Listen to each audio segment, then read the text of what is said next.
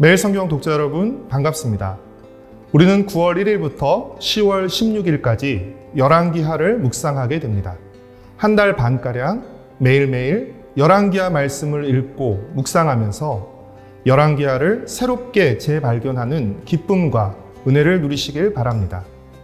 우리는 이번에 열왕기하를 묵상하지만 원래 열왕기 상하는 한 권으로 기록된 책이라는 사실을 염두에 두고 열왕기하를 읽고 묵상하시면 좋겠습니다. 5가지 키워드로 여러분의 열왕기하 이해와 묵상을 돕고자 합니다. 첫 번째 키워드는 두 왕국의 멸망기입니다. 열왕기하는 한마디로 두 왕국의 멸망기라고 할 수 있습니다. 열왕기하는 크게 두 부분으로 나눌 수 있는데 1장부터 17장까지는 북이스라엘의 멸망기라고 할 수 있고 18장부터 25장까지는 남유다의 멸망기라고 할 수 있습니다. 북이스라엘은 호세아 왕 때 주전 722년에 아수르에 의해 멸망했고 남유다는 시드기야 왕 때 주전 586년 바벨론에 의해 멸망했습니다. 주전 930년 솔로몬의 아들 르호보암 왕 때 나라가 남북으로 분열된 이후 북이스라엘은 약 209년간 지속되다 망한 것이고 남유다는 345년간 지속되다 망한 것입니다.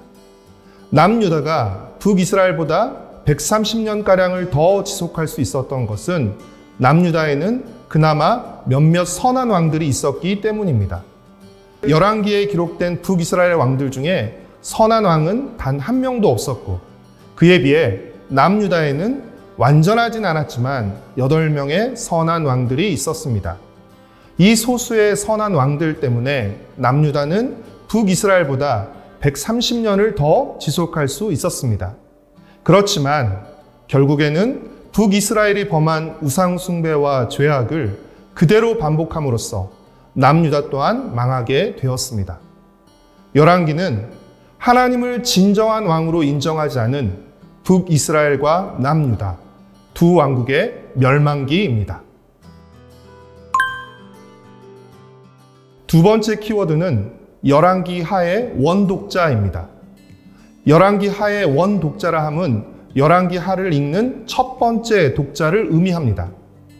열왕기하의 원독자가 누구인지를 아는 것은 열왕기하가 어떤 목적으로 기록되었는지를 이해하는 데 많은 도움을 주기 때문에 중요합니다.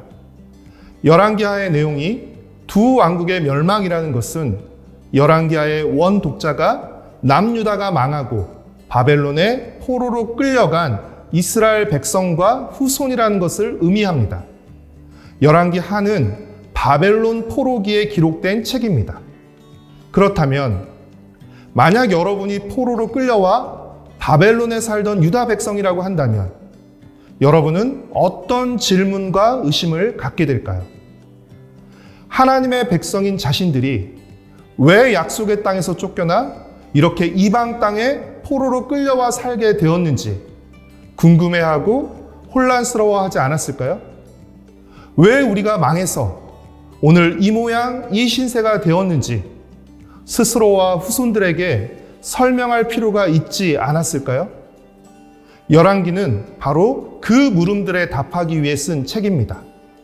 열왕기는 북이스라엘과 남유다가 약속의 땅에서 쫓겨나 이방 민족의 포로가 된 이유를 신앙적인 관점에서 설명하는 책입니다. 따라서 우리가 열왕기하를 좀 더 입체적으로 이해하기 위해서는 포로로 끌려와 바벨론에 살고 있는 이스라엘 백성, 원독자의 심정과 처지를 헤아리며 열왕기하를 읽고 접근해야 합니다. 세 번째 키워드는 여호와 보시기에입니다. 열왕기에는 총 39명의 왕들이 나옵니다. 열왕기하에는 북이스라엘의 아하시아부터 호세아까지 12명의 왕, 그리고 남유다의 여호람부터 시드기야까지 16명의 왕들이 나옵니다. 일반적으로 왕들에 대한 평가는 통치 기간이나 통치 기간에 이룬 경제적, 정치적, 군사적 업적 등을 통해 이루어집니다.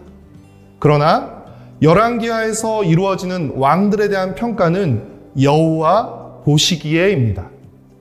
열왕기하에 여호와 보시기에라는 표현은 29번이나 나오는데 이는 왕들에 대한 평가가 정치적, 경제적, 군사적 평가가 아니라 신앙적 평가, 즉 하나님의 평가임을 의미합니다.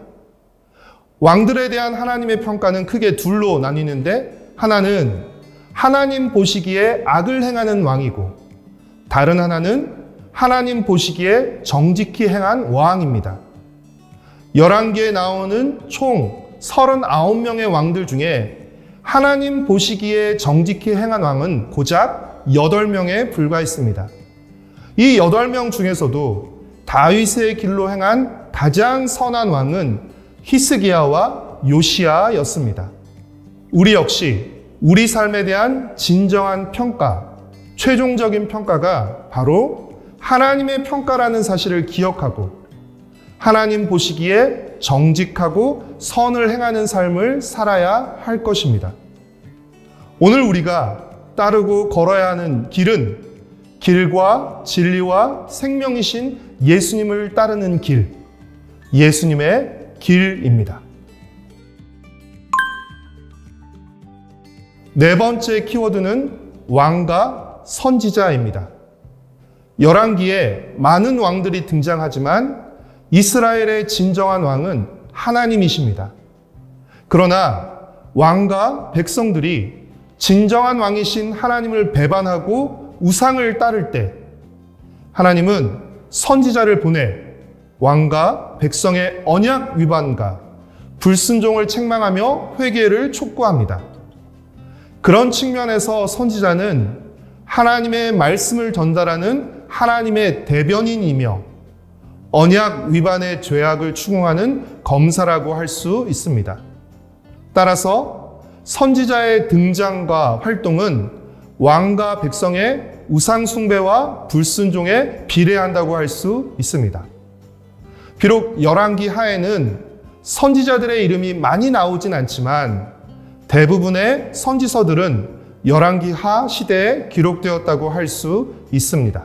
열왕기상 후반부를 차지한 엘리야 선지자와 열왕기하 전반부를 차지한 엘리사 선지자의 사역 기록은 당시 북이스라엘의 왕들이 있었지만 그들의 통치가 사실상 부재하다는 것을 암시하면서 하나님이 선지자를 통해서 이스라엘 백성의 영적, 경제적, 정치적 필요를 돌보신다는 사실을 드러냅니다. 보통 이방 나라는 왕이 절대 권력을 지니고 절대 권력을 지닌 왕의 말이 최종적인 권위를 지니지만 이스라엘은 왕의 말이 아니라 하나님의 말씀이 최종 권위를 지니며 이 사실을 일깨워주는 존재가 바로 선지자입니다. 따라서 선지자의 말을 듣고 돌이키면 하나님의 심판을 피할 수 있지만 듣지 않고 돌이키지 않으면 언약 파괴에 따른 하나님의 심판과 저주를 피할 수 없는 것입니다. 오늘 우리도 열왕기의 악한 왕들처럼 우리 마음대로 내가 보기에 좋은 대로만 행하려는 경향이 얼마나 강합니까? 말씀 묵상은 하나님이 우리의 왕이시라는 고백이며 왕이신 하나님의 말씀을 따라 하루를 살겠다는 다짐입니다. 말씀 묵상을 통해 하나님의 말씀 앞으로, 말씀 아래로 나아오시고 그 말씀을 따라 하루하루를 살아가시기를 바랍니다.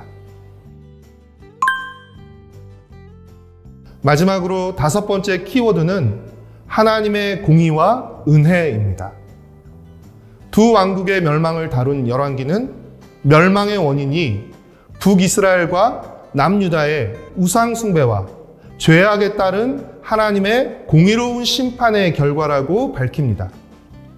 하나님은 선지자들을 세우시고 보내셔서 계속해서 오랫동안 죄악을 책망하고 심판을 경고하며 돌아오라고 하셨습니다.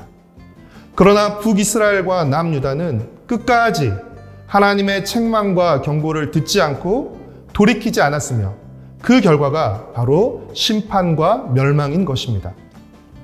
북이스라엘과 남유다는 단지 아수르와 바벨론이라는 강대국에게 멸망한 것이 아니라 그들의 죄악에 대한 하나님의 공의로운 심판으로 멸망한 것입니다.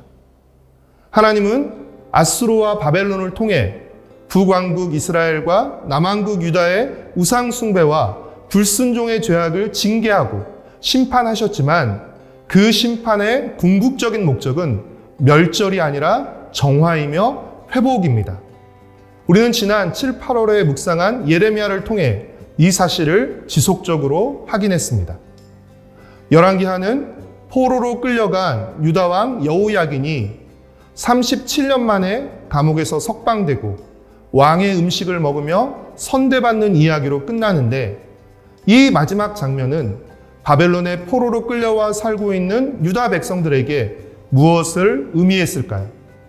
하나님이 아직 다윗 언약을 잊지 않으셨고 하나님의 은혜가 아직 끝나지 않았다는 것을 의미했을 것입니다. 열왕기하의 마지막 장면은 바벨론 포로 생활이 이스라엘 민족의 최종 운명이 아니며 새로운 희망이 시작되고 있음을 암시합니다.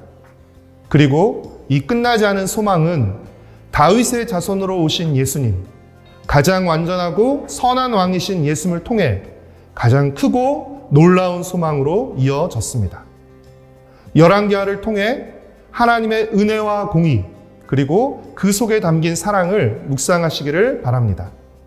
열왕기하 말씀을 먼 옛날, 그때 그들의 이야기가 아니라 오늘 하나님 나라 백성으로 살고 있는 지금 여기 우리의 이야기로 묵상하며 열왕기하를 통해 주시는 말씀의 은혜와 능력을 풍성하고 즐겁게 누리시기를 축복하고 소망합니다.